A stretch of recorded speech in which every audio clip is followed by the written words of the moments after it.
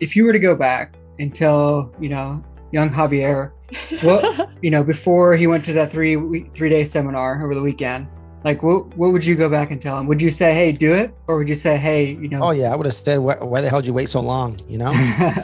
And there's no such thing as stepping stones, right? Like you shouldn't start by flipping a house or wholesaling a house and buying a 10 unit and 100. No, you can start anywhere you want, right? What's your personality? Do you want to take down a $50 million portfolio? Why not? Why not start there, right? Now you just got to connect with people and network, right? That with the right folks, get in the right ecosystem to be able to do that.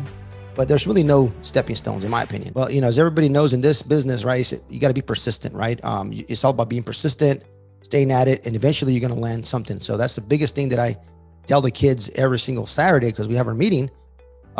Just be persistent, right? Don't get discouraged because you'll land something eventually. So that was it, right? That was the challenge. We got 19 teenagers. We did 3 groups. We split them up in 3 groups, and the goal is for them to have a net worth of $1 million in 12 months.